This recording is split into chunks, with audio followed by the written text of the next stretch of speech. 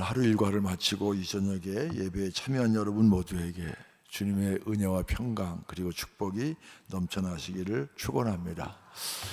겨울이 깊지 않았을 때 한 여인이 옛날로 하면 개나리 보침을 머리에 지고 강을 건너게 됐어요. 강을 건너야 오늘 목적지에 갈 수 있고 목적지에 가야 비로소 쉴 수가 있어요. 그런데 겨울은 겨울인데 이 강이 얼마나 얼었는지 분간이 안 돼. 이게 뭐 들어가면 찌직 소리가 나니까.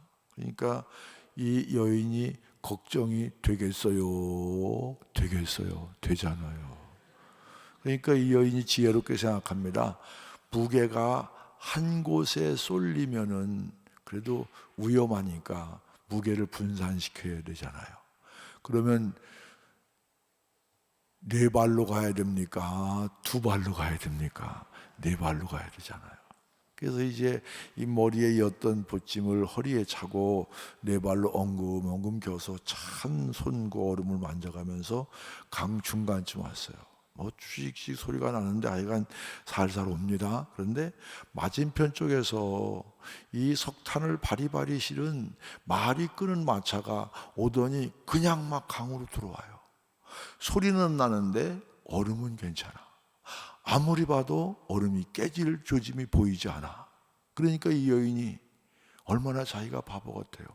아니 석탄을 실은 그 마차가 가는데도 강이 끄떡없는데, 그래서 일어나서 툭툭 털고 강을 건넙니다. 제가 왜 이런 얘기를 하겠습니까?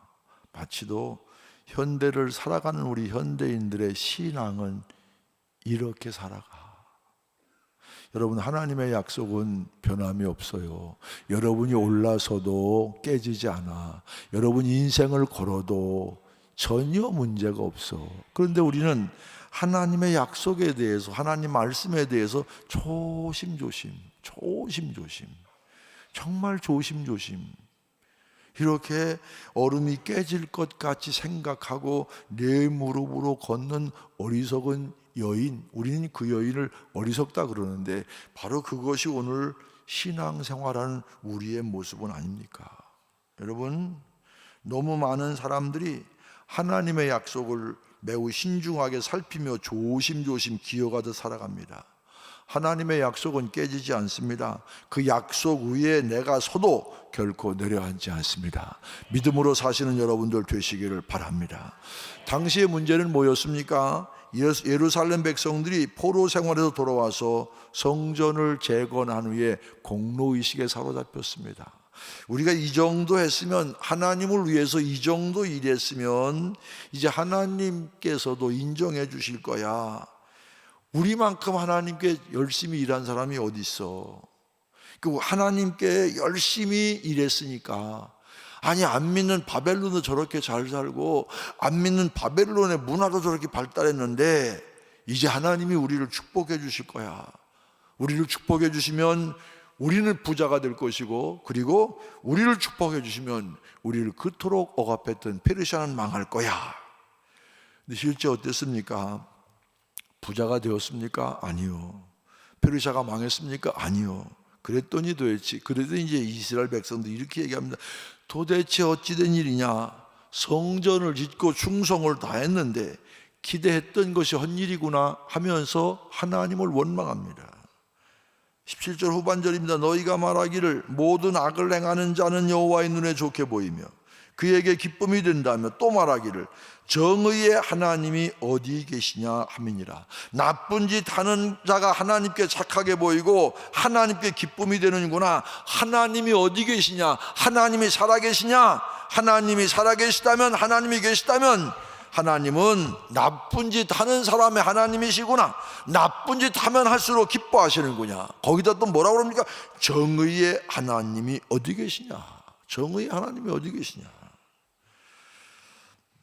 우리는 이런 이스라엘 백성들의 태도를 보고 어리석다고 얘기합니다. 신앙이 없다고 얘기합니다. 그런데 우리는 어떻습니까? 때로 우리가 하나님의 뜻대로 순종하며 사는데도 아침마다 새벽마다 간절히 온 정성을 다해 하나님께 기도하는데도 하나님의 음성이 들리지 않습니다. 기도의 응답이 늦어집니다. 하나님은 주무시는 것 같기도 하고 우리를 향해 등을 돌리신 것 같기도 합니다. 하나님 어디 계십니까? 내가 이렇게 다급한 마음으로 간절하게 하나님께 기도하는데 응답해 주셔야 하지 않습니까? 내가 하나님의 일에 이렇게 충성하는데 하나님 왜 축복해 주시지 않습니까? 그런 생각할 때 없습니까? 네, 여러분 이거 아셔야 됩니다. 하나님 앞에 제일 중요한 것은 뭐냐? 제가 오늘 새벽에도 말씀드렸습니다. 하나님 앞에 제일 중요한 것은 겸손한 마음으로 인내하는 것, 하나님의 뜻을 기다리는 것. 겸손한 마음으로 하나님의 뜻을 기다리는 것. 시작. 겸손한 마음으로 하나님의 뜻을 기다리는 것. 하박국 선지자는 이렇게 말합니다. 그 종말이 속히 이르겠고 결코 거짓되지 아니하리라. 비록 더딜지라도 기다리라. 지체되지 않고 반드시 응하리라. 더딜지라도 기다리라. 반드시 응하리라. 여러분, 때때로 하나님께서 우리의 기도에 응답해 주시지 않는다고, 우리가 생각한 대로 이루어 주시지 않는다고 하나님을 원망합니다. 하나님 탓합니다. 그런데 제가 물어보겠습니다. 여러분, 하나님이 문제입니까? 내가 문제입니까? 크게 하나님이 문제입니까? 내가 문제입니까? 그래도 여러분은 정상입니다. 내가 문제요. 누가 그랬어요? 이사야 선지자가 얘기합니다. 여호와의 손이 짧아서 구원하지 못하시는 것도 아니고 여호와의 귀가 어두워서 듣지 못하시는 것 아니야. 아직도 너희와 하나님 사이에 해결해야 될 죄의 문제가 남아 있어. 그래서 아무리 하나님이 사인을 주셔도 알지를 못해. 제가 첫날도 말씀드렸어요. 깨닫는 게 은혜야. 참 이게요, 요즘엔 제가 이런 생각 많이 해요. 기본으로 돌아가야 된다. Back to the basic. 기본으로 돌아가야 된다. 우리가 신앙에 대해서 교회에 대해서 굉장하게 유식하게 많은 얘기를 합니다. 사회적인 트렌드가 이렇고 지금 4차 혁명 시대 이런 얘기 많이 하는데 그런 것도 좋지만요, 사실은 기본이요. 기본이 안 됐는데 그 위에 암만 테크닉을 써봐야 아닙니다. 본질에 이르지 못합니다. 참 제가 목회하면서 답답한 게 있어요. 사람들이 자기는 몰라. 왜 똑같은 설교를 하는데 어떤 사람은 이건 나를 향한 하나님의 말씀이다 그렇게 생각하는데, 어떤 사람은 이 설교 김 집사가 꼭 들어야 되는데 왜 오늘따라 안 나왔어? 이러잖아요. 이 깨닫는 게 은혜입니다. 정말 답답해. 내가 목사로서요, 답답해. 아주 그냥 답답해요. 목사가 돼서 미치겠다 소리 할 수는 없고 정말 너무 답답한 거예요. 왜 모를까? 자기를 너무 몰라. 여호와 여긴 또 나온 거야. 여러분, 모든 문제가 다 그런 것은 아니지만 문제가 생길 때 영적인 경우가 많아요. 아무래도 들리지 않습니다. 아무래도 깨달아지지 않아요. 아무래도 자기의 잘못을 몰라. 저 사람 잘못인 줄 알아. 저거 문제인 줄 알아. 그런데 아니에요. 그런 거 볼 때마다 목사로서 얼마나 가슴 아픈지 몰라요. 저렇게 깨닫지를 못할까. 내가 어떻게 이걸 설명해야 돼요? 이걸 어떻게 설명해야 되느냐고요. 아니 왜 내가 이 동네 얘기도 아니고 남의 동네 얘기를 여기 와서 이렇게 답답하게 하나. 귀 있는 자는 들으시길 바랍니다. 하나님의 손이 짧아 구원하지 못하시는 것 아닙니다. 귀가 어두워 듣지 못하시는 것 아닙니다. 아직도 하나님과 나 사이에 해결해야 될 죄의 문제, 죄는 어떻게 해야 됩니까? 회개해야 돼요. 사람들 회개 좋아합니까? 싫어합니다. 회개 소리 나오면 귀 막습니다. 그런데 하나님과 우리 사이에 죄가 해결 안 되면 아무리 얘기해도 알아듣지 못해요. 물질에 대한 욕심, 명예에 대한 욕심 꽉 찬 사람에게 아무리 복음을 전해도 여러분 통하지 않습니다. 그래서 제가 얘기해요. 여러분, 찔림도 은혜고 깨닫는 것도 은혜입니다. 찔림도 은혜예요. 깨닫는 것도 은혜예요. 그 겸손한 마음으로 안 되면요, 입술로 범죄하지 말고요, 겸손한 마음으로 하나님의 뜻을 기다리는 것입니다. 그런데 이스라엘 백성들은 어떻게 합니까? 너희가 말로 여호와를 괴롭게 하고도 이르기를 우리가 어떻게 여호와를 괴롭혀 들었나이까 하는도다. 이는 너희가 말하기를 모든 악을 행하는 자는 여호와의 눈에 좋게 보이며 그에게 기쁨이 된다 하며 또 말하기를 정의의 하나님이 어디 계시냐 함이니라. 악을 행하는 자가 하나님께 잘 보이고 악을 행하는 자가 하나님께 기쁨이 되고 도대체 정의의 하나님이 어디 계시냐? 하나님을 원망하고 하나님께 빈정되는 것 아닙니까? 이게 하나님을 괴롭히는 일입니다. 하나님을 괴롭히는 일이 뭔 줄 아십니까? 하나님의 섭리를 믿지 않아. 하나님의 정의는 때가 되면 반드시 이루어집니다. 제가 첫날 뭐라고 그랬어요? 길게 봐야 된다고 그랬잖아요. 우리의 때는 아니지만 하나님의 때, 하나님의 역사는 반드시 이루어집니다. 반드시 이루어져요. 여러분, 우리가요 예수 믿는 사람이 눈을 부릅뜨고 세상을 봐야 돼요. 교회와 가정에서 제일 하지 말아야 될 게 정치 얘기예요.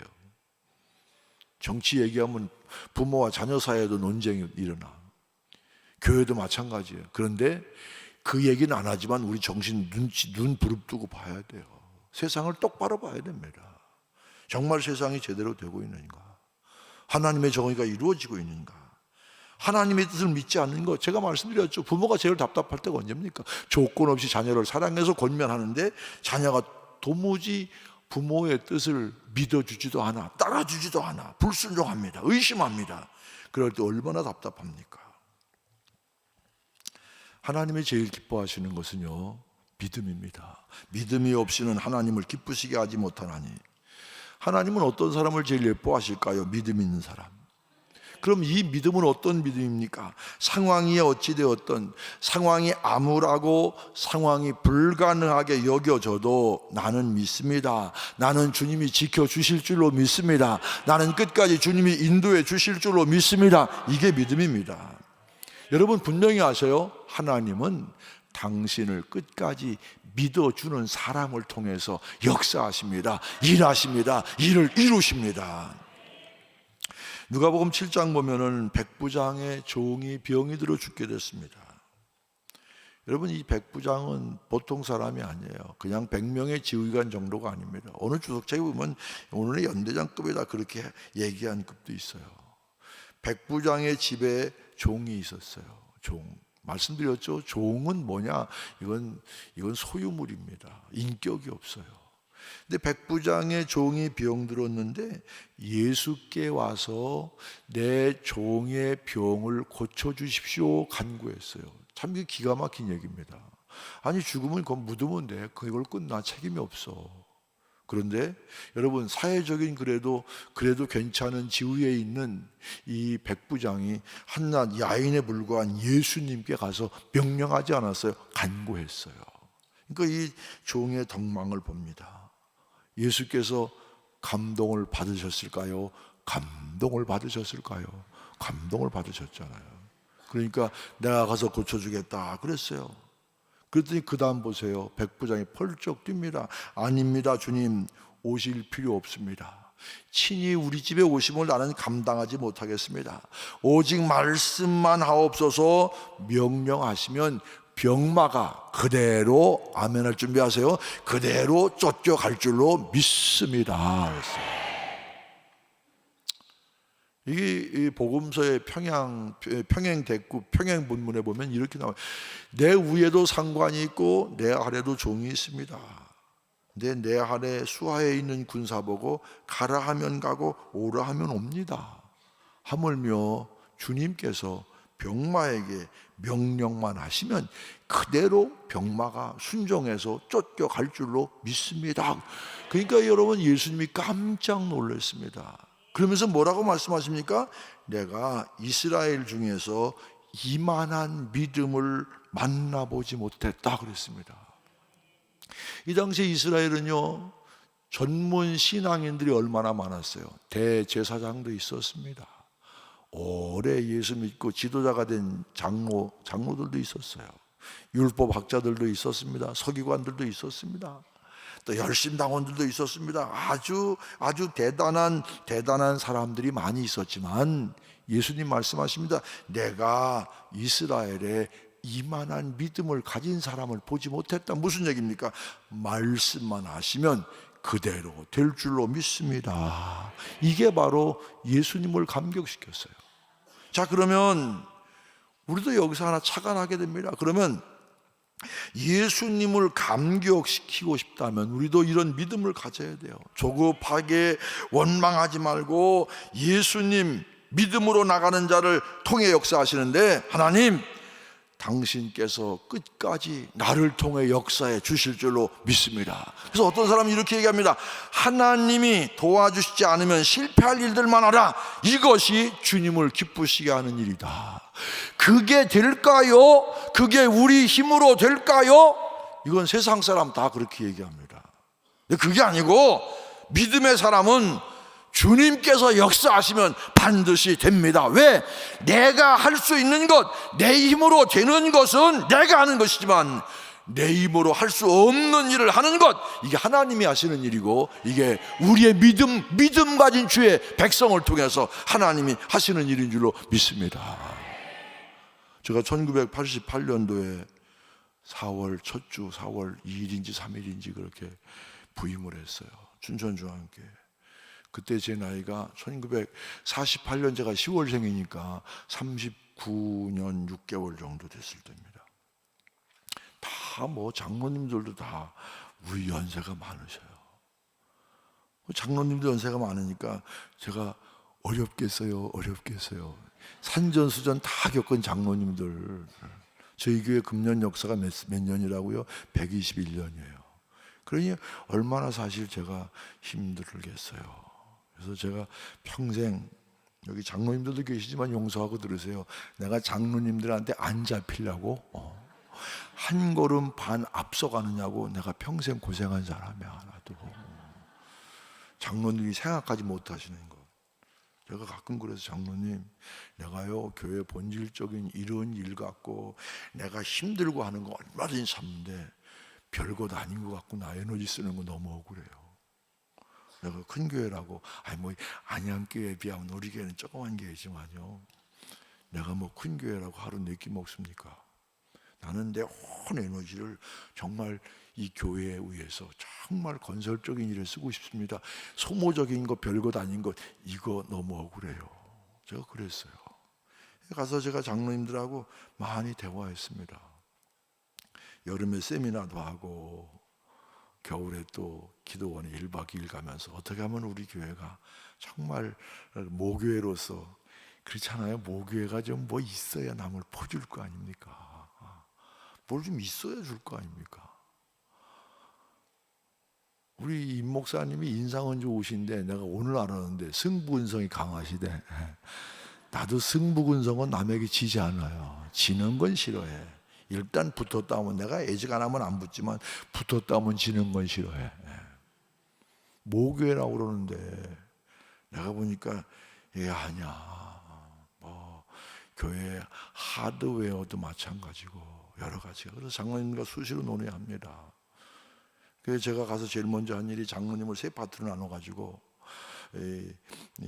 앞으로 과거에 이 교회가 어쨌는가, 현재는 어떤가, 앞으로 어떻게 가야 될 것인가, 이렇게 나눠서 연구를 해가지고, 근데 우리 장로님들이 훌륭하신 분들이에요. 다 휴가를 내셔가지고 2박 3일 우리 교회 기도원에 들어가서 세미나를 하는 거예요. 앞으로 우리 교회가 어떻게 가야 될 것인가. 제가 부임하던 첫 해입니다. 근데 이제 발표를 쭉 하시는데, 발표를 이렇게 하시는데 이렇고 그러니까 앞으로 목사님 목회하시려면 이걸 이렇게 잘 참고해서 이렇게 하셔야 됩니다. 이렇게 하셔야 됩니다. 전부 발표가 결국은 나한테 짐이 넘어오는 거예요, 이게. 그래서 하다가 제가 이 자료를 딱 뒀고, 아니 장로님들이 지금 이렇게 말씀하시는데, 장로님들이 그렇게 말씀 안 하셔도요, 제가 6개월 되면 다 파악이 돼요. 이거 하는 이유는, 아니 이거 뭐 하기만 하면 모든 짐이 저한테 온다 그러면 제가 이런 세미나 2번 다시 열겠습니까? 이게 문제가 생기면 장로님들이 하실 일은 뭐고 담임 목사가 할 일은 뭐고, 이렇게 구분해서 말씀을 하셔야지. 모두 다 저한테 짊어지어 주시면 이런 세미나 제가 또 하겠습니까? 저 점잖게 얘기를 했어요. 야, 그런데 장로님들이 아무 말씀도 안 하시는데 3분 지나는데 꼭 3일 지나는 것 같아. 나도 말 안 했어. 우리 선임 장로님이 참 훌륭하신 분이에요. 목사님, 저희 생각이 짧았습니다. 처음부터 다시 하시죠. 대화했어요. 장로님들하고 저하고 참 잘 맞았어요. 그 교회를 지은 이유도 뭔가 맞았기 때문에 지은 거예요. 여러분, 이게 하나님이 성령으로 역사해 주셔도 다 똑같이 해야 돼. 똑같이. 한둘이 반대하면 아주 힘들어. 그런데 다 똑같이 되는 거야, 이게. 다 우리가 맷속으로 해야 된다, 뭐 이런 거 다 똑같아. 근데 이제 가서 쭉 합니다. 근데 제가 교회 가서 제일 먼저 생각한 거 뭐냐면, 야, 이 교회 건물 구조로는 우리 교회가 성장하기는 힘들겠다. 로비도 뭐 물론 선배 목사님들이 잘 져놓긴 아주 탄탄하게 짓긴 하셨지만 시대가 가니까 아니야. 아무리 봐도 이건 아니야.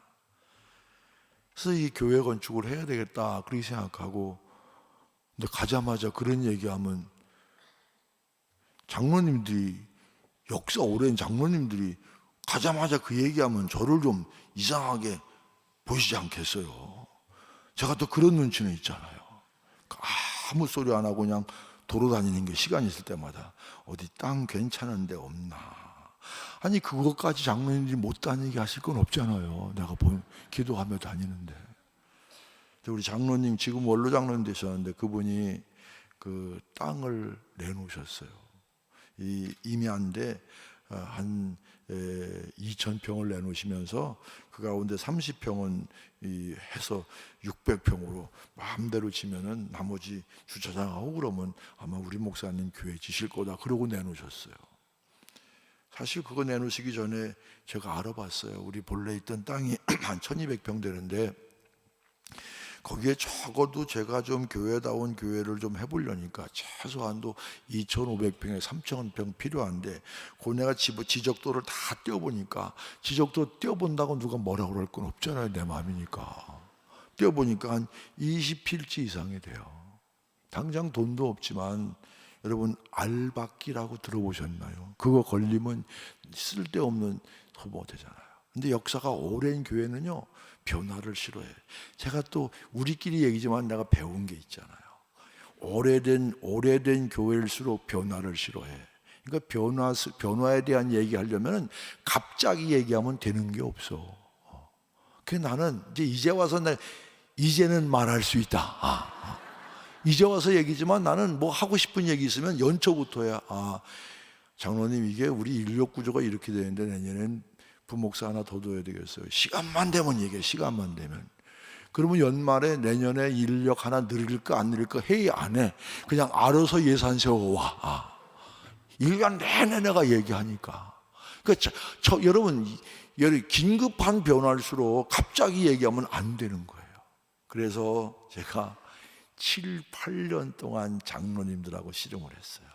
매년 조금씩.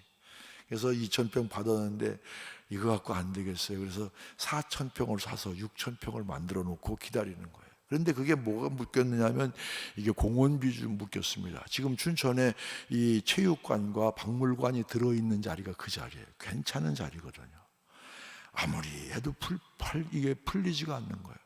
제가 기도도 빡세게 했지만 인간으로 할 수 있는 일 다 해봤어요. 안 돼요. 지금은 그 앞에 길이 나서 경찰청이 들어서고 했지만 거기에 길이 날 예정지가 있으니까 앞으로 교회 여기 하십시오 하고 도와주는 사람들이 많았는데도 잘 안 됐어요.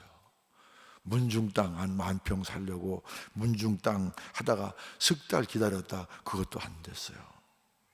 7, 8년을 그렇게 장로님들과 논의를 했습니다. 처음부터 뭐 땅 알아본 게 아니에요.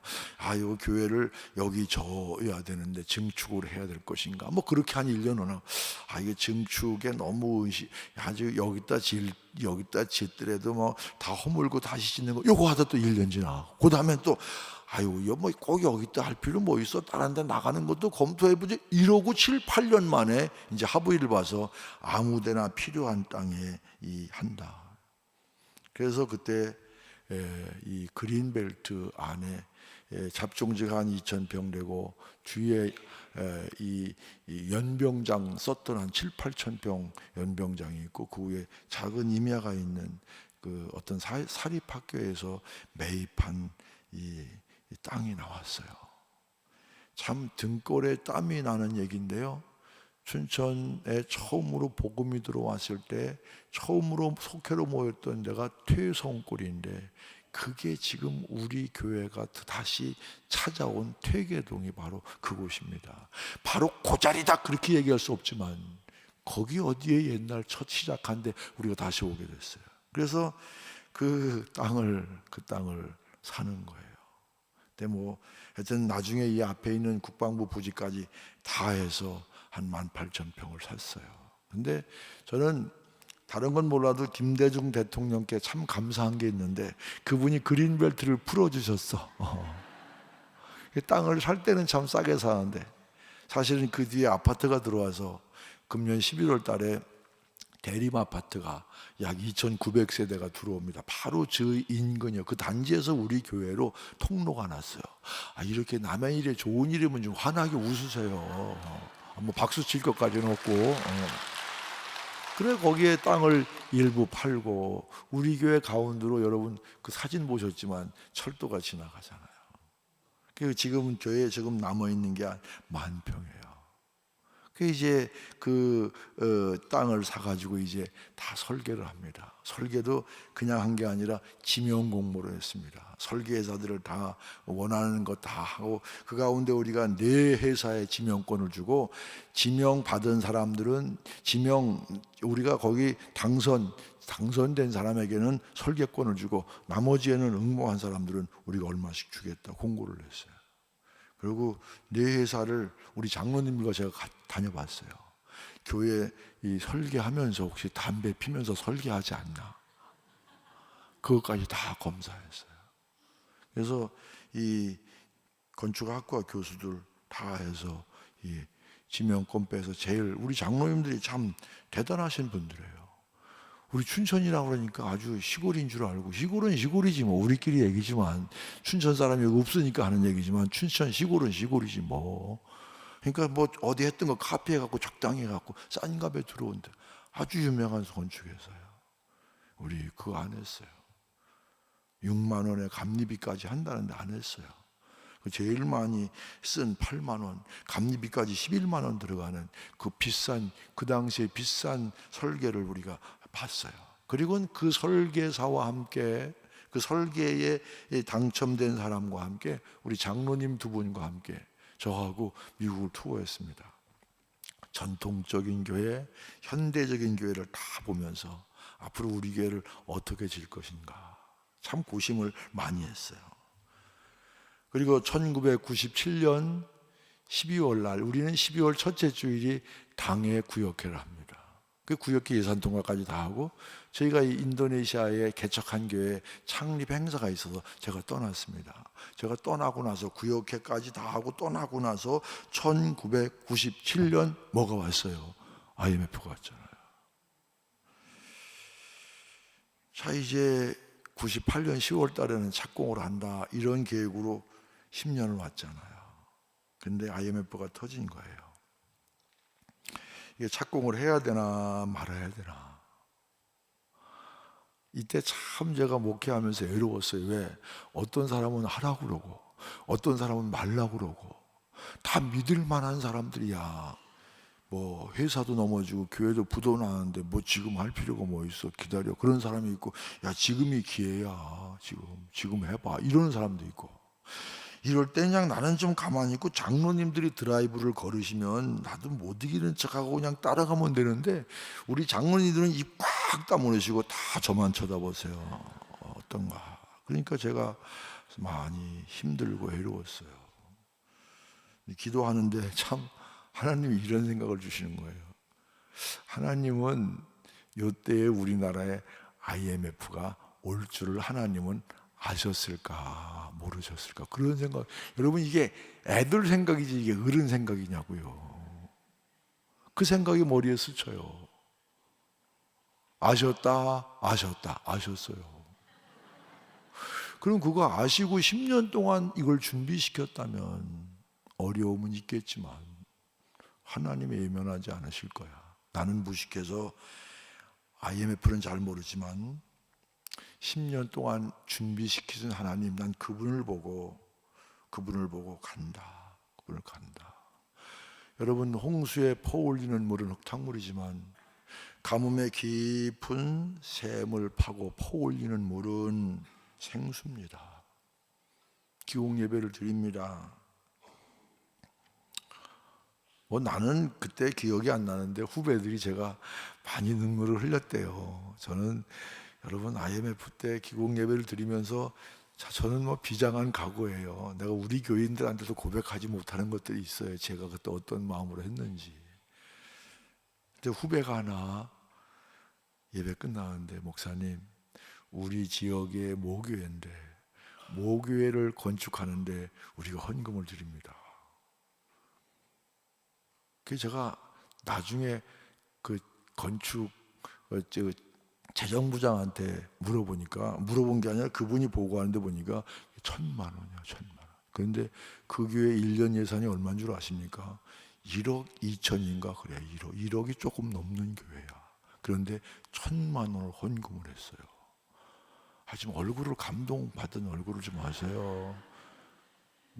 우리 교회 예산은 10분의 1을 남의 교회 건축하는데 아무 조건 없이 턱 한다는 게 이게 보통이 아니잖아요. 저는 그렇게 하면서 몇 가지 어렵지만 내가 상상하지도 못하고 예상하지도 못했던 많은 일들을 경험하면서 하나님은 우리에게 특별히 사업하는 사람이 있는 것도 아니고 우리에게 특별히 대단한 재력가가 있는 것도 아니지만 그래도 하나님은 이 건축을 완성시켜 주시겠다는 마음의 확신이 들었어요.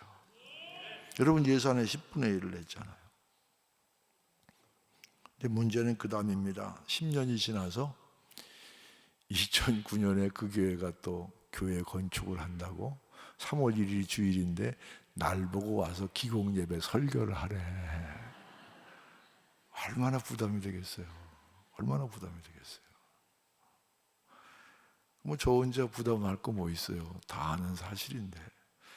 기획위원회 장로님들과 회의를 했습니다. 아시잖아요. 그 교회가 우리 교회 건축할 때 그렇게 했습니다. 그런데 그 교회에서 날 보고 기공예배 설교를 하러 오라는데 내가 안 간다고 그럴 수도 없고, 자, 대책을 세웁시다 했더니 장로님들이 그렇게 말씀하세요. 그 교회가 예산을 10분의 1을 냈으면 우리가 3억을 갖다 줘야 되는데 우리가 아시다시피 우리 교회도 지금 건축 이후에 부채도 못 갚고 어려우니까 우리가 1억 헌금합시다. 목사님 가실 때 1,000만 원 갖다 드리고 9천만 원은 아무 때나 원할 때 얘기하면 대출을 받으더라도 주는 것으로 그렇게 약속을 하십시오 그러더라고요. 그래서 1,000만 원을 들고 가서 기공 예배를 드렸어요. 그랬더니 이 사람 얘기하는 것 좀 보세요. 이럴 줄 알았으면 한 3천만 원 하는 건데.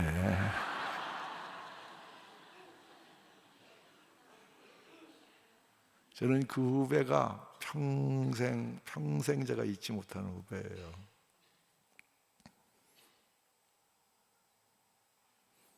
얼마 전에 감독을 마쳤어요. 동부연회에서.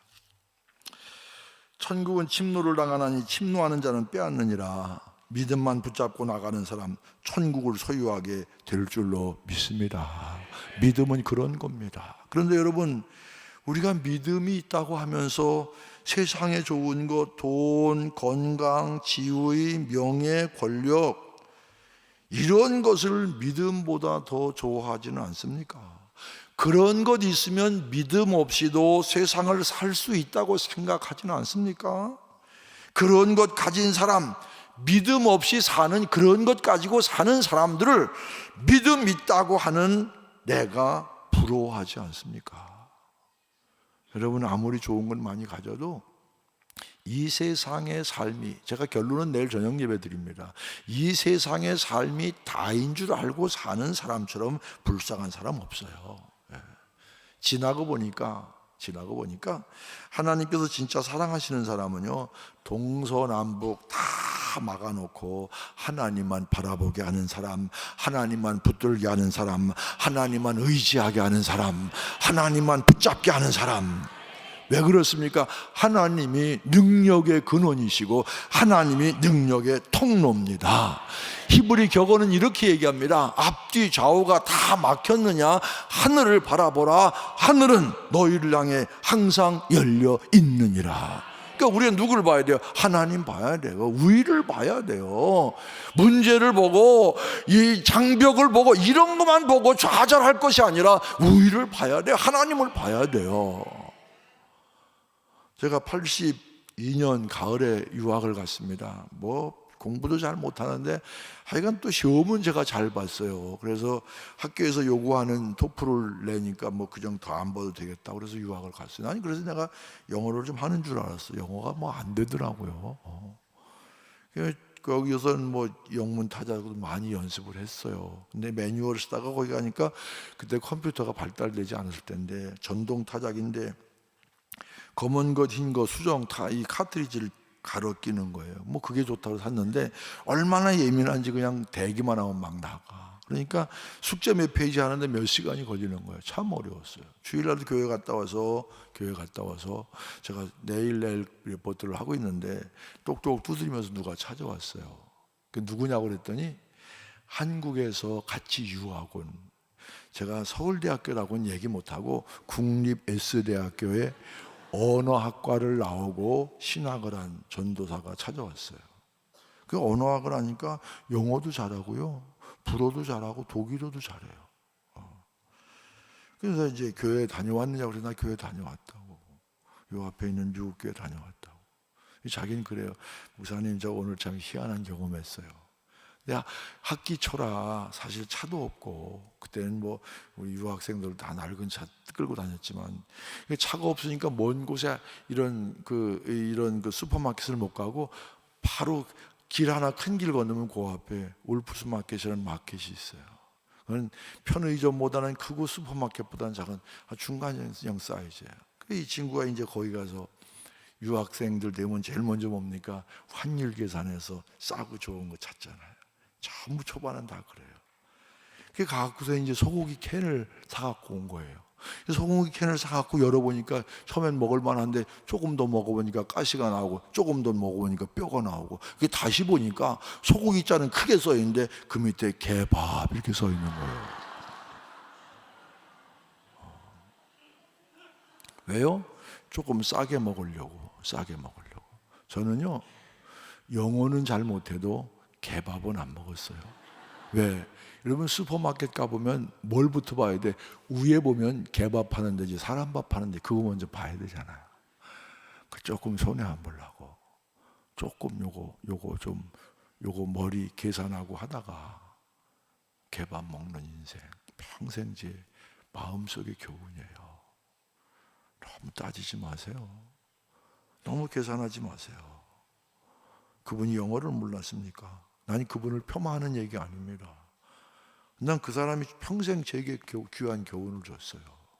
별것 아닌 것 같고 따지고 별것 아닌 것 같고 하다가 정말 우리가 개밥 먹는 인생처럼 정말 우리 신앙의 성도의 믿음의 가치를 하락시키는 그런 삶을 살고 있지는 않은가. 자, 빈정거리는 이스라엘 백성들에게 하나님께서 말라기 선지자를 통해 약속하십니다. 무슨 약속입니까? 메시아를 보내겠다는 약속입니다. 자, 3장 1절 피세요. 제가 봅니다. 만군의 여호와가 이르노라, 보라 내가 내 사자를 보내리니 그가 내 앞에서 길을 준비할 것이요 또 너희가 구하는 바 주가 갑자기 그의 성전에 임하시리니 곧 너희가 사모하는 바 언약의 사자가 임하실 것이라. 내가 내 사자를 보내리니 누굽니까? 준비케 하는 누굽니까? 세례 요한입니다.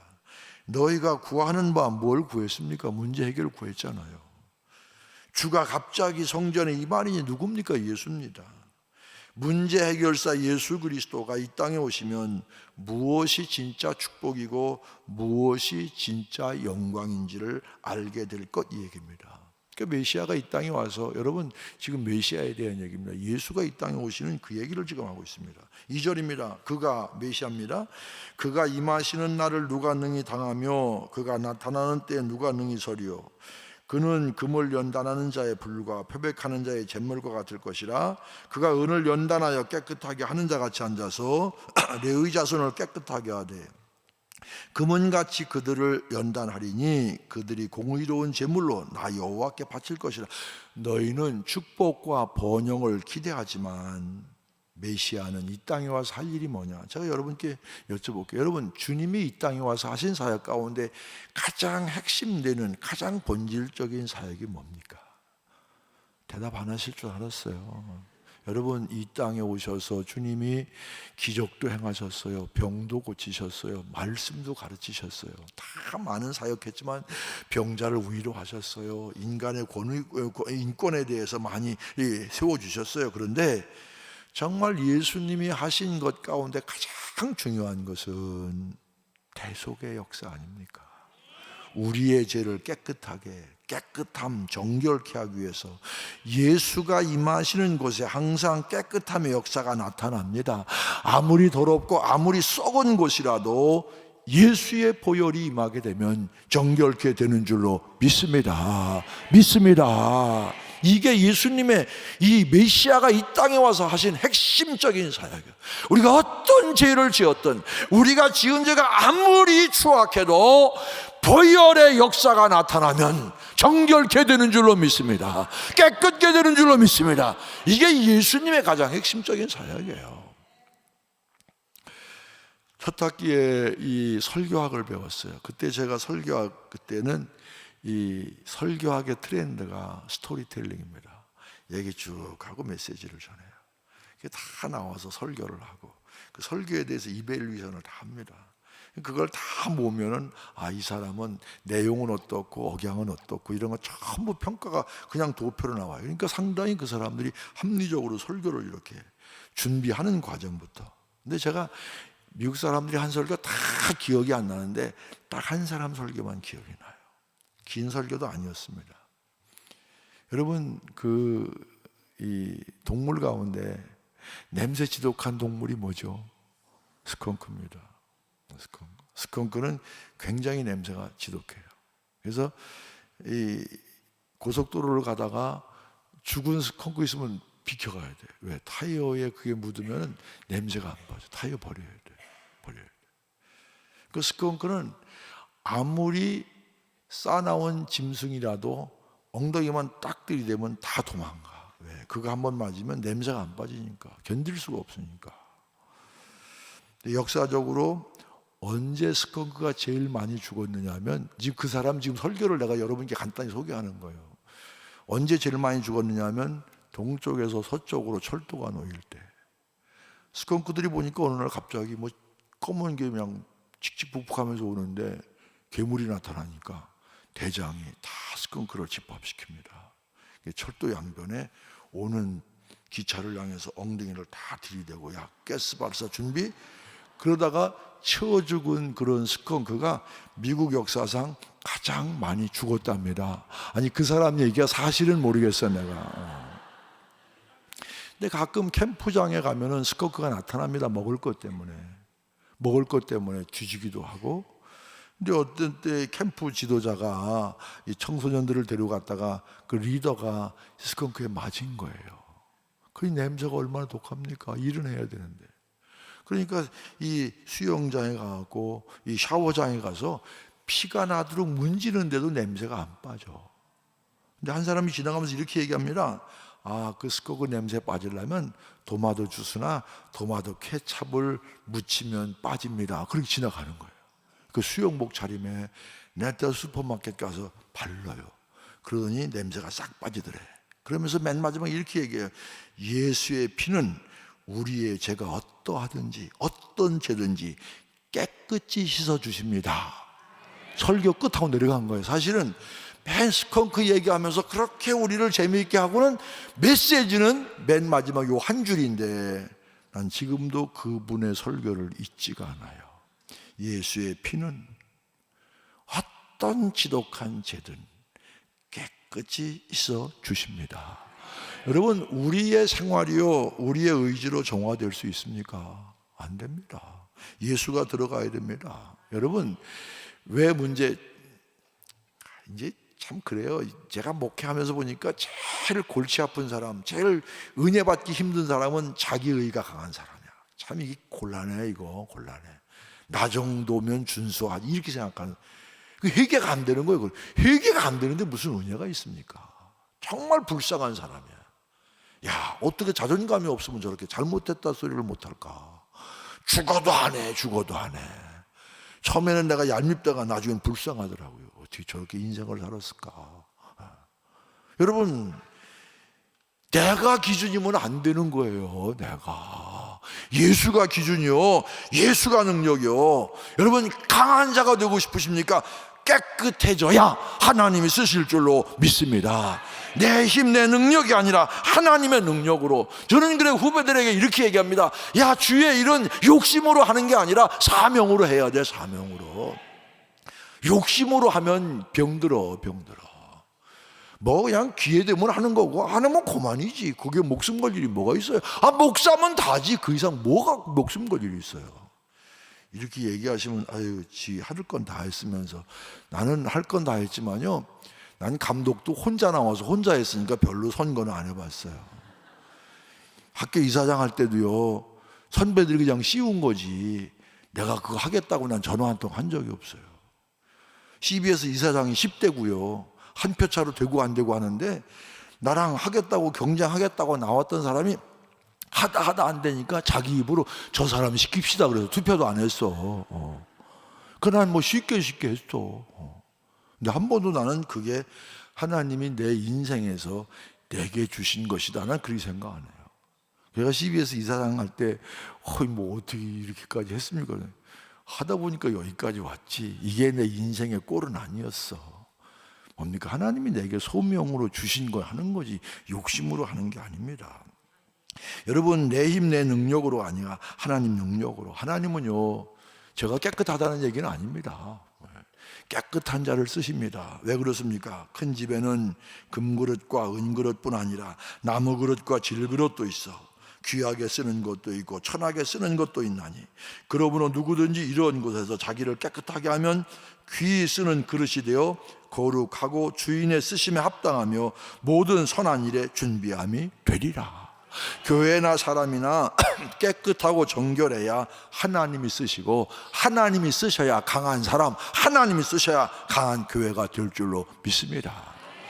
저는 성경에 요셉이 참 좋습니다. 근데 요셉 보면은 그 입을 좀 잘 놀려야 되는데 잘못해갖고 형들한테 미움을 받잖아요. 뭐 해와 달이 자기한테 저랬다. 아니 엄마 아빠까지 그랬으니 이게 그냥 또 뭐 형들이 얼마나 미웠겠어요. 그러니까 사실 한 짓은 밉지만 요셉으로서는 가슴에 맺히는 일 아닙니까? 다른 사람도 아니고 형제한테 팔렸잖아요. 근데 요셉이 대단한 건요, 가는 데마다 원망하지 않았어요. 하나님 앞에서 정직하게 살았습니다. 그래서 요셉 때문에 가는 곳마다 잘 되는 거야. 그러니까 간 게 누굽니까? 여러분, 보디발의 집에 갔잖아요. 참 너무 잘하니까, 또 이 요셉 때문에 복을 주니까 아내 빼놓고 다 맡겼잖아요. 근데 참 항상 조심해야 돼. 유혹이 오잖아요. 도망가서요, 덤태기 씁니다. 그때 눈 딱 감고 아마 요셉이 보디발 아내의 말을 들어줬으면 당장 감옥은 안 갔겠죠. 그런데 제가 첫날 뭐라 그랬어요? 길게 봐야 돼. 길게. 당장 눈앞에 것 때문에 인생 망치면 안 돼요. 길게 봐야 돼요. 여러분 잘 견디지 않습니까? 그래서 나중에 어떻게 했습니까? 바로 애굽의 국무총리가 되고 고향에 기근에 죽는 자기의 동족들을 다 이사시키지 않습니까? 그러니까 하나님께 쓰임 받고자 하면 깨끗해져야 돼요. 근데 깨끗해지는 것은요, 사실 죄 안 짓고 사는 사람이 어디 있어요? 죄를 졌으면요, 깨끗하게 인정하고 철저히 닦아내면 돼. 닦아내면 안전척 할 필요 없어. 여러분, 그 예수님의 제자 가운데 베드로와 가룟 유다가 있잖아요. 가룟 유다는 예수님을 팔았어요. 은 30냥에. 나쁘죠. 죽었어요. 그런데 30냥에 팔은 것도 나쁘지만 가만히 생각해 보세요. 베드로 예수님을 모른다고 부인했어요. 나중엔 저주까지 하잖아요. 아니, 팔은 거나 저주한 거나 사실 퀄리티를 따지면 뭐가 달라요? 그런데 베드로는 다른 게 있어요. 통곡하고 회개했잖아요. 회개했잖아요. 이게 가룟 유다와 베드로의 다른 점입니다. 그 우리가 세상에 죄는 안 질 수 없지만 철저히 닦아내야 돼요. 여러분, 다윗이 하나님 마음에 합한 사람이다, 그렇게 하나님께 칭찬받고 쓰임 받았지만 이 다윗도 문제가 있었잖아요. 우리아의 아내를 범했잖아요. 근데 그때 선지자의 나단 선지자의 이야기를 듣고 어떻게 했습니까? 펑펑 울은 거예요. 야, 왕이 뭐 그 정도도 못해? 이러지 않고요, 펑펑 울어서 너무너무 울어서 침상을 눈물로 적셨어요. 뭐 알아야 돼요? 여러분, 다윗이 용서는 받았지만 그 죄의 열매는 나중에 당하잖아요. 그러니까 그런 걸 봐야 돼요, 성경을 보면. 그러니까 철저히 닦아내야 돼요. 회개해야 돼요. 이 닦아내는 거 누가 잘하느냐? 남자가 잘할까요? 여자가 잘할까요? 여자가 잘해. 하잖아, 여러분. 맨날 딥 크린싱 하잖아. 그게 회개야. 닦아내는 거. 닦아내는 게 회개입니다. 근데 여러분, 하나님의 얼굴을 어떻게 깨끗하게 하시냐면, 그는 금을 연단하는 자의 불과 표백하는 자의 재물 같을 것이라. 불이 뭡니까? 불순물을 제거하는 거예요. 여러분, 불 같은 성령 그러는데, 불 같은 성령이 어떻게 보면 뜨겁다, 태운다 이런 것도 있지만 연단과 고난입니다. 고난당하는 성도 중에 손해보는 성도 없습니다. 고난을 통해서 교만하던 사람이 겸손해지고, 고난을 통해서 약하던 사람이 강해지고, 고난을 통해서 미숙하던 사람이 성숙해집니다. 여러분, 세상의 축복이라고 생각하는 그것이 오히려 재앙이 되는 경우가 얼마나 많아요. 여러분, 돈이 축복입니까? 재앙입니까? 내가 대답 안 할 줄 알았어요. 여러분, 돈을 잘 벌어서 잘 쓰는 사람에게는 돈처럼 큰 축복이 없지만, 돈을 잘못 쓰면 돈 때문에 교만해지고, 돈 때문에 방탕하고, 재물에 대한 건 제가 내일 낮 시간에 얘기할 거예요. 여러분, 상황이 좋으니까, 여러분, 상황이 좋은 게 늘 좋은 게 아니에요. 온실 속에 키우는 건 뭐 때깔은 좋을지 모르지만 뭔가 달라. 야생과는 달라. 연약합니다. 성경 보면은 크게 쓰임 받은 사람 가운데 연단받지 않은 경우가 없어요. 다 연단받았습니다. 누가 그래서 요셉이 그랬죠. 모세가 그랬죠. 바울이 그랬죠. 평탄한 것을 자랑해 나는 평생 꽃밭길만 걸었어. 그건 사실은 나는 작은 사기 그릇이다, 그 얘기나 똑같아요. 연단을 받아본 사람이 그걸 갖고 뭘 그래? 그럽니다. 그걸 갖고 그 정도는. 제가 사실은 좀 바쁘게 살아온 사람이에요. 요즘엔 제가 교회에다 그래요. 나는 공로 연수 중이니까 보이면 있구나, 안 보이면 없구나, 그냥 그렇게 살아. 제가 내일 집회 끝나면 목요일 날 2시 반 비행기로 미국을 갑니다. 영성 훈련을 위해서. 그러면 또 한 2주 지나고 옵니다. 그럼 그 다음 주에 또 제가 주일부터 청주에 부흥회 갑니다. 제 일정이 사실은 바빠요. 요즘만 바쁜 게 아니라 평생 그렇게 살았어요. 한 번은 제가 일정이 뭐가 취소돼 갖고, 야, 오늘은 좀 쉬어야 되겠다, 내가 도저히 못 견디겠다 하고서 내가 부속실에 그랬어요. 나 오늘 집에 가 쉬는데 거짓말은 하지 말고 어디 갔느냐 그러면 글쎄 그냥 어디 가셨다고, 그냥 얘기는 집에 있다고 얘기는 하지 말고 어디 가셨다고 그냥 그래라. 거짓말은 아니니까, 모른다 소리는 아니니까. 근데 집에 있는데 전화가 왔어요. 전화 받으니까 후배야. 보니까 안 받을 수가 있어요. 받았어요.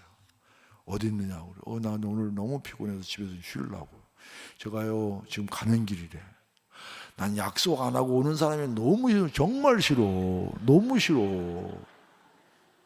약속이나 좀 하고 나하고 맞춰서 좀 나도 여유를 갖고 오지. 그래, 거짓말은 할 수 없잖아요. 그래 갔어요. 1시간 반 동안 그 친구 얘기를 들었어요. 그런데 참 뭐 목회가 힘들으니까 이제 저한테 이 조언을 듣기 위해서 온 건데, 어떻게 그렇게 내가 대답할 수 있는 말만 하죠. 이러니 야 그건 그분이 그렇게 얘기하시 그런 게 아니야. 그분의 의도는 이런 건데 네가 잘못 짚은 거야. 이게 내가 할 수 있는 얘기. 왜? 내가 경험해봤으니까. 경험해봤으니까. 여러분 고난을 경험한 것이 그렇게 지나고 오면은 그렇게 나쁜 건 아니에요. 오히려 고난은 우리를 성숙하게 합니다. 여러분 찰스 카우만이라고 하는 여자가 있었어요. 이분이 누에고치에서 나방이가 나오는 것을 연구했습니다. 근데 너무 힘들어서 누에고치에서 나방이가 나와요. 그래서 힘들게 몇 시간 만에 나와서 한참 쉬었다가 푸드득하고 날아가요. 그 여자가 보니까 너무 안 됐잖아요. 날카로운 면도칼로 딱 이렇게 잘라서 쉽게 나방이가 나왔어요. 그런데 그 나방이는 날지를 못하고 거기서 죽어. 여러분 그 나방이가 누에고치를 뚫고 나오는 게 얼마나 힘들겠어요. 그런데 뚫고 나오면서 이건 제 표현입니다. 날개에 근육이 생기는 거야. 그래서 쉬었다가 나를 수 있는 거야. 그런데 쉽게 나온 건 날개에 근육이 없어. 날 힘이 없어. 날 힘이 없어. 저는 좀 어떻게 지방 형편 때문에 감리사를 2번 했어요. 감리사를 2번 했는데 저는 감리사가 그런 건지 지금도 제가 감리사를 꼭 모셔다가 구역회 합니다. 제가. 근데 감리사 할 때 난 그렇게 하는 건 줄 알았어요. 1년에 한 번 그래도 내가 한 목회에 대해서 감리사 앞에 보고하고 다 점검받는 게 이게 정상이다. 그래서 그때는 제가 비전교회고 뭐고 다 한 교회씩 갔어요. 다 시간 내서 한 교회씩 가고 큰 교회는 제가 2시간, 3시간씩 합니다. 뭐 부글부글 끓는, 난 나중에 알아서 부글부글 끓는 건 몰랐어 처음엔. 네. 다 장로님 한 분 한 분 다 지방 회원이니까 암흑의 장로님 뭐 새벽기도는 하시겠고 11조는 물론 하시죠. 전도 금년에 몇 년 하셨어요? 몇 명 하셨어요? 몇 명? 장로님이 그렇게 하시면 돼요. 더 하셔야죠. 내년에 제가 요거 그대로 갖고 올 텐데 그럼 오늘 약속하세요. 내년에 몇 명 하실래요? 그 다 한 분 한 분 다 그걸 했어요. 한 분 한 분 다 뭐 꼼꼼하게 다 하고. 나중에 보니까 나중에 2번째는 내가 안 그랬어. 잘못하면 돌 맞겠어 내가. 나는 그런데 그게 힘드는데 나는 그렇게 해야 되는 줄 알았어. 다 그랬어요. 혼자 이게 전도사밖에 없는 교회도 있잖아요. 갑니다. 가면 교인이 없잖아. 그럼 둘이 앉아서 와이프하고 셋이 앉아가지고 구역회 하는 거예요. 지방 서기까지 4시. 그러면 제가 보자고 그럴 게 없잖아요. 그래서 제가 그럽니다. 선배니까 암흑의 전사 설교 노트 좀 가져와 봐. 그래. 봅니다. 제가 뭐요? 보면 알잖아요. 야단을 했습니다. 야, 한 명 놓고 제대로 설교하지 못하는 놈이 기도하면서 1000명 달라고 그럴 거냐? 한 명 놓고 제대로 설교할 줄 알아야 하나님이 너에게 100명도 맡기고 1000명도 맡길 것 아니냐? 한 명 놓고 해도 1000명 놓고 설교하는 것처럼 그렇게 당당하게 해야지. 너 하나님이 부르셨는데 이게 말이 되냐? 야단했습니다. 나는 그래야 되는 줄 알았어요. 제가 인맥이 없었잖아요. 제가 첫 목회할 때 교회 건축을 했어요. 너무너무 어려웠어요. 아는 사람이 하나도 없어요. 목사님께 가는데 거기도 어려웠어요. 목사님이 딱 한 사람 아는데. 그래 내가 벽돌값 좀 주십시오. 그 얘기 좀 하려고 하는데 말도 못하고 그냥 돌아왔어요. 울면서 많이 울었어요. 하나님, 제가 이 다음에 목회하면 그저 도와달라는 게 다만 얼마나 도 도와줄 수 있는 그런 목회를 좀 하게 해주세요. 내가 평생 마음속에. 그러니 제가 얼마나 사실 열심히 했겠어요. 나는 열심히 하는 것밖에 할 게 없어. 내가 할 수 있는 건 그것밖에 없어. 그래서 저는 그렇게 살았으니까 후배들에게 그렇게 야단을 쳤어요. 그런데 나중에 보니까 내가 너무 심했어. 그래서 그 다음부터는 제가 과정 자격할 때 1대1로 안 만납니다. 과정을 해도 논문 쓴 사람 3사람 다 불러가지고 넌 이 문제에 대해서 어떻게 생각해? 남의 얘기 듣게. 넌 어떻게 생각해? 넌 어떻게 생각해? 자격도 다 하고 하나님 살아계신 믿어. 어렵고 힘들지. 하나님 살아계셔. 믿고 나가면 반드시 때가 와. 실망하지 말고 열심히 해. 그 다음부터는 제가 방법을 바꿨어요. 격려했어요. 여러분, 사실 어렵고 힘든 때 그걸 잘 견뎌야 돼. 어렵고 힘들은데, 여러분, 옛날에 우리 부모들은요, 얼마나 아이들도 많이 낳았지만 얼마나 자식을 많이 저는 어릴 때 아파서 병원 가본 기억이 없어요. 아프면은 내 어른들이 하는 소리가 군교, 보리차 먹여. 그리고 또 아프고 나면 또 영리해진대. 예. 근데 보니까 사실 굶기고 보리차 먹이면 그냥 나. 그게 약이 돼서 나는 게 아니라 날 때 되니까 나는 거야. 그러니까 여러분, 어릴 때는 자식을 몇 번 잃어보잖아요. 잃기도 하잖아요. 그러니까 뭐 아프다 그래도 별로 눈 깜짝 안 해요. 요즘 아이 별로 없기도 하지만 요즘 젊은이들 내가 아프면 그냥 둘러엎고 병원 가느냐고 정신 못 차려. 아니요, 고난을 당해본 사람. 어려움, 신앙생활 하면서도 어려움 당하는 것, 여러분, 오늘 이 예배에 참여한 여러분, 어려움 당하면 그것이 바로 하나님의 축복의 사인임을 깨달으시길 바랍니다. 하나님이 나를 축복 주시기 위한 이게 계기라 생각하시면 돼요. 사실 어려운 게. 어떤 사람이 이렇게 보통 기도가 속회에서 배우지 않습니까? 속회에 가서 안목의 선생님 다음 주에 이제 은퇴하고 이제 교회를 나오셨어요. 예, 다음 주에 속회에서 기도해 주시기 바랍니다. 은퇴하셨으니까 평생 얼마나 성실하게 인생을 사셨어요. 금요일 속회 갔다 와서 기도문을 작성하고 토요일 날 고치고 주일날 목사님 설교 듣고 그러고 또 고칩니다. 월요일 날 또 다 쓰고 화요일 날은 빨간 볼펜, 파란 볼펜 다 뭐 액센트 다 해갖고 기다리는 거예요. 금요일이요, 속회요, 어서 오라. 속회가 됐습니다. 읽어요. 잘 읽었어요. 근데 여러분, 은퇴하고 나니까 눈이 침침하잖아요. 맨 마지막에 예수님 이름으로 간절히 기도해야 됩니다. 간절히 기도합니다. 이래야 되는데 예수님 이름으로 간신히 기도합니다. 그런데요, 하나님은 유창하게 하는 기도도 들으시지만 간신히 하는 기도도 들을 줄로 믿습니다. 여러분, 그분이 기도문 쓰면서 얼마나 했어요. 그러니까 여러분, 신앙생활에 제가요, 후배들에게 연구소를 하나 하면서 제가 하고 싶은 일이 있어요. 후배들에게. 저는 어떻게 보면 세상 말로 하면 맨 땅에 헤딩하면서 살았잖아요. 그런데 빨간불인데 다 안 가기는 힘들어. 빨간불 다른 사람 다 가는데 자기 혼자 안 가는 건 힘들어. 나는 후배들에게 그런 얘기 들려주고 싶어요. 야, 다른 사람 다 가도 안 갈 수 있을 때 안 가도 돼. 살아. 그래도 목회 이런 위로 이런 걸 좀 나눠주고 싶어요. 그 연구소 재단을 설립해서 제가 은퇴하면 그 일을 좀 하고 싶어요. 다른 거 뭐 대단하고 거창한 건 물론 할 수 있습니다. 그런데 제가 하고 싶은 건 후배들 만나서 그런 얘기 들려주고 제 경험 얘기 들려주고, 야, 그럴 땐 이렇게 괜찮아, 참아, 그거만 견디면 고비야, 견디면 돼, 이렇게 좀 두드려주고 위로해주고 그 일을 제가 좀 하고 싶어요. 왜? 내가 해봤으니까, 내가 경험해봤으니까.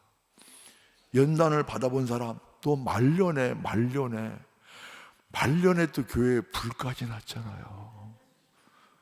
불난 얘기는 전화하니까 실감나지, 딴 사람이 남의 교회 해보세요, 그게 실감나겠어요. 이것도 제게는 큰 남이 갖지 못한 컨텐츠예요. 제가 하나님이 제게 주신 은혜예요. 제게 주신 축복이에요. 지금 생각해보면 이런 거 나누는 거, 야, 괜찮아, 야, 난 불나도 견뎠어. 다 시간 지나면 이 또한 지나가려. 그냥 지나가다 보면 돼, 괜찮아, 낙심하지 마, 주저앉지 마. 제가 후배들에게 그런 얘기 해주고 싶어요. 근데 후배들은 나를 별로 안 좋아하는 것 같아. 예. 나를 괜히 어려워해. 내가 괜찮은 사람인데. 예. 여러분, 무엇이 우리를 깨끗하게 합니까? 디모데서 전서 4장 5절은 이렇게 말합니다. 하나님의 말씀과 기도로 거룩하여 지민이라. 하나님 말씀 붙잡고 열심히 기도하면 거룩해집니다. 깨끗해집니다. 잃었던 능력이 회복됩니다. 잃었던 기쁨도 회복될 줄로 믿습니다. 5절 보면은 내가 심판하러 너희에게 임할 것이라 그랬습니다. 어느 한 해에 제가 참 좋아하던 선배 두 사람이 한꺼번에 돌아가셨어요. 한 분은 새벽 기도하다 돌아가셨어요. 그분은 저하고 같이 입학했어요. 나이가 저보다 13살 위입니다. 제일 뒤에 앉으셔서 항상 까만 양복에 넥타이, 허름한 넥타이 매시고 단정하게 앉으셔서, 저는 고등학교를 막 졸업하고 신학교를 갔으니까 얼마나 철이 없었겠어요. 그러면 권호서 하고 이렇게 불러요. 그럼 너는 목사가 될 놈이 옷이 그게 뭐냐, 뭐 그냥 말투가 그게 뭐냐, 맨날 야단해. 맨날. 그럼 어떻게 야단 맞아야지. 근데 제가 1년에 한 두세 차례는 야단 칩니다. 시험 보기 전에 그분 하나 놓고 내가 강의하는 거예요. 복습시키는 거예요. 아니 형님, 똑같이 들었는데 왜 기억을 못하고 자꾸 딴소리 헛소리해요. 지금 분명히 기억하세요. 정신 차리고. 이렇게 1년에 한 세 차례. 제가 춘천중앙교회 가서 처음 부흥에 모신 분이 바로 그분이에요. 근데 그분이 새벽기도 인도하다 돌아가셨어요. 가끔 저를 불러요. 왜 부르셨어요? 밥 한 끼 먹자고. 아니, 밥 한 끼 먹자고 나를 여기 1시간 이상씩 차 타고 오게 하세요? 그러면서 좋아가지고, 야, 난 앞으로 교회 지려면 이렇게 질 거야. 교회 건축에 대한 꿈, 교회 건축에 대한 꿈이 좌절되고, 또 수양에 관한 좌절되고. 여러분, 교회를 지면 담임 목사 이름으로 등기를 냅니까? 그걸 왜 반대해요? 아니, 은퇴할 때 떠이고 갑니까? 왜 반대해요? 아주 속삭이던 장로님 내가 알았어. 누군지 알아. 근데 그 장로님이 저를 보더니, 우리 목사님은요, 새벽기도 인도하시다 가셨으니 영광입니다. 나는요, 안 보이는 도깨비왕명이 있으면 뒤통수를 한 대 쳐주고 싶더라고요. 아니, 교회를 건축하면 등기가 목사님 이름으로 납니까? 은퇴할 때 갖고 갑니까? 아니, 수양관 하면 그게 목사님 겁니까? 뭘 그걸 하겠다는데 장로님 그렇게 반대하시고, 그렇게 못하게 하시고, 그렇게 힘들게 하십니까? 그렇잖아요. 또 한 분은 제 학교 선배도 아닌데, 그분은 누구라 그러면 아실 분입니다. 근데 저를 그렇게 이뻐하셨어요. 아주 공부도 많이 하시고, 부흥회도 임원 훈련도 강의도 기가 막히게 잘하셨어요. 근데 그분은 늘 제가 서울 오면은 밥 사주시고, 권 목사는 서울서 목해야 돼, 서울서 목해야 돼, 그러면서 제가 서울 교회만 남은 저를 소개하는 거예요. 근데 제가 누구 때문에 못 갔다고요? 아내 때문에 못 갔어요. 내가 안 간 게 다행이지. 근데 그분이 입원하신 거예요. 그분도 건축과 관계돼서 여러 가지 사건이 있었어요. 그래서 제가 이제 갔습니다. 아산병원을 갔더니 면회 사절. 그래서 제가 메모를 해서 놓고 하려고 했더니 사모님이 계시대. 그래서 간호사가 사모님을 불러줬어요. 잠깐 병실에서 엘리베이터까지 나오면서 하시는 말씀이, 비즈니스라면 업종을 바꾸면 되는데 안수받은 목사가 뭘 더 하겠어. 주님의 일 하면서 너무 힘들고 너무 상처받아갖고 병이 됐어. 그의 두 분의 선배님을 보내드리고 제 마음속에 언젠가 나도 가겠구나. 언젠가. 여러분, 성도들은요, 주님 앞에 갈 날을 기대하며 살아야 돼요. 아멘 안 하시는데 안 해도 할 수 없어요. 옛날 어느 광대가요, 임금을 너무 웃겼어요. 그러니까 임금이 너무 좋아가지고 임금이 가지고 있던 지팡이를 선물했어요. 이 지팡이 가지고 있다가 너보다 더 웃기는 사람 있으면 줘라 그랬어요. 몇 년이 지났습니다. 임금이 죽게 되는데 죽을 준비가 안 돼서 너무 두려워한다는 얘기를 듣고 광대가 임금을 찾아갑니다. 임금님, 이 지팡이 도로 가지세요. 무슨 얘기입니까? 죽을 준비 안 하고 사는 당신이 광대인 나보다 더 웃기는 사람이라는 얘기예요. 천년만년 살 생각하지 마세요. 여러분, 여기 지금 보니까 살아온 날보다 살 날이 별로 얼마 안 남은 사람들도 있어. 저도 그래요. 저도 그래요. 너무 움켜 이제는 놓아야 될 때야, 놓아야 될 때야. 물질도 놓고 쓰는 것만 내 거야. 통장 있는 거 내 거 아니야. 자식 줘봐야 소용없어. 여러분, 정말 우리가 하나님 앞에 갈 때 뭘 보고 할 겁니까? 반드시 주님께서 결산하실 때가 옵니다. 시험 공부 많이 한 사람은 기다려집니다. 빨리 시험 치고 싶어서. 시험을 준비한 사람에게는 기다림이지만 시험을 준비 안 한 사람에게는 바로 시험날이 심판날입니다. 자, 5절 보면은 준비 안 된 백성들의 7가지 모습입니다. 내가 심판하러 너에게 말 것이라. 점치는 자에게와 간음하는 자에게와 거짓 맹세하는 자에게와 품굿의 사기스에 대하여 억울하게 하며 고아와 과부를 업제하며 나그네를 억울하게 하며 나를 경외하지 아니하는 자들에게 속히 증언하리라. 만군의 여호와가 말하였느니라. 자, 이제 마지막 절입니다. 마지막 결론입니다. 6절 우리 다 함께 읽겠습니다. 시작. 나 여호와는 변하지 아니하나니 그러므로 야곱의 자손들아 너희가 소멸되지 아니하느니라. 한 번 더 시작. 나 여호와는 변하지 아니하나니 그러므로 야곱의 자손들아 너희가 소멸되지 아니하느니라. 한 번만 더 읽겠습니다. 시작. 나 여호와는 변하지 아니하나니 그러므로 야곱의 자손들아 너희가 소멸되지 아니하느니라. 하나님의 백성은요 결코 넘어지지 않는다. 확신이 있어야 됩니다. 시편 37편 24절은 이렇게 말합니다. 그는 넘어지나 아주 엎드러지지 아니하면 여호와께서 그의 손으로 붙드십니다. 여러분, 내가 구원받는 것은요 내 의지나 내 능력이나 내 고집이 아닙니다. 하나님이 붙잡아 주셔야 됩니다. 비가 많이 내렸어요. 냇물이 제법 큽니다. 아버지와 아들이 냇물을 건너요. 이 가장자리는 충청도 사투리 하면 가생이는 별로 물이 흐름이 빠르지 않잖아요. 가운데로 갈수록 물살이 셉니다. 그러면 아버지와 아들이 손을 잡습니다. 물살이 세면 셀수록 아버지와 아들이 잡은 손의 힘이 점점 세지잖아요. 그럼 제가 여러분께 물어볼게요. 아버지가 아들을 잡은 손의 힘이 셀까요? 아들이 아버지를 잡은 손의 힘이 셀까요? 아버지가 아들을 잡은 손에 힘이 있어요. 그럼 내가 물어볼게 또 하나. 아버지가 아들을 사랑하기 때문에 그럴까요? 아니면 아버지가 어른이기 때문에 그럴까요? 내가 일부러 정답을 1번에 준 거야. 사랑하기 때문에. 제가 왜 이 얘기하는 줄 아십니까? 여러분, 아들은 아버지 손을 놓칠 수 있지만 아버지는 아들 손을 놓칠 수 없어요. 마찬가지입니다. 우리가 하나님 잡은 손은요 힘 빠질 수 있어요. 믿음 약해질 수 있어요. 시험 들 수 있어요. 또 때로 등질 수 있어요.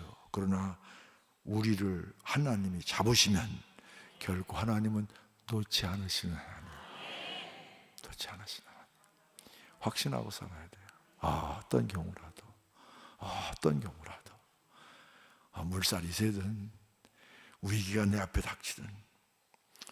여러분, 교회는 하나님 말씀 붙잡아야 삽니다. 환난과 시험과 역경과 고난 속에서도 어떤 경우라도 앞뒤 좌우가 막혔느냐 하늘을 바라보라. 하늘은 너희를 향해 항상 열려 있느니라. 어떤 경우라도 주님 바라보고 주님이 건져주실 믿는 소망으로 기도하며 말씀 붙들고 나가면 승리하게 될 줄로 믿습니다. 잠자는 믿음이 아니라 깨어있는 믿음, 죽은 믿음이 아니라 산 믿음, 머리로 믿는 믿음이 아니라 온 몸으로 믿는 믿음. 믿음으로 능력의 성도가 되어서 하나님께서 인정하시고 하나님께 쓰임받는 은혜와 축복이 여러분 가운데 함께 하시기를 축원합니다. 축원합니다. 제가 그냥 제가 임 목사님하고 얘기한 것도 아니고요. 제가 집회 인도할 때도 그러고 저희 교회 부흥회 할 때도 마지막 시간에는 한 분도, 저를 포함해서 한 분도 빠짐없이 정성껏 하나님께 헌금 준비해서 한번 드리세요. 헌금 얘기만 하면 가슴이 싸늘해. 아니에요. 하나님께 드리는 거 기뻐하시기 바랍니다. 안 드리셔도 할 수 없어요. 내가 갖고 갈 거 아니니까. 이게 큰숲 드림교회 건축을 위해 쓰여지는 것 아닙니까? 제가 그래서요, 쓰임 받는 기쁨, 드리는 기쁨. 근데 그냥 헌금만 드리지 마시고 거기에 여러분들이 이번 10시간 가운데 뭔가 하나 평생 붙들 은혜가 있을 거예요. 많이 적지 마세요. 잘 박힌 모처럼 내가 평생 이거 붙들고 어떤 역경 가운데 내가 이길 것이다. 많이 적지 마시고 3가지 이상 적지 마세요. 적으시고 헌금도 정성껏. 그리고 남편이 받은 은혜와 아내가 받은 은혜가 달라요. 내가 액수는 내가 모르니까 남편은 남편대로, 아내는 아내대로, 자녀는 자녀대로 정성껏 내일 최선을 다해서 한번 헌금하시겠습니다. 헌금하십시다. 헌금하십시다. 목사님 괜찮죠? 내가 사전에 의논을 안 했어요. 뭐 제가 부흥사니까 난 내일 가면 되니까. 여러분, 재물을 주 앞에 드리는 거 이건 굉장히 중요해요. 저는 안 믿는 집에서 목사 됐잖아요. 저는 하나님께 드리는 재물을 굉장히 소중하게 생각해요. 목사들은 다 그래요. 목사들은 다 그래요. 하나님이 제게 주신 복을 다 열고 하면 여러분들이 자랑한다고 그럴까 봐. 하나님이 걱정 안 해요. 제가 몇 년 살겠어요. 살 만큼 살다 주님 부르시면 가면 되는 거지. 뭐 걱정합니까? 감사해요. 내일 정성껏. 중요한 건 여러분들이 평생 붙들 은혜, 이번 집회를 통해 주신 은혜, 내가 요거 생각하면 힘이 나 하는 그 은혜 간단하게 쓰시고 정성껏 헌금을 준비해서 하나님께 드리시기를 바랍니다.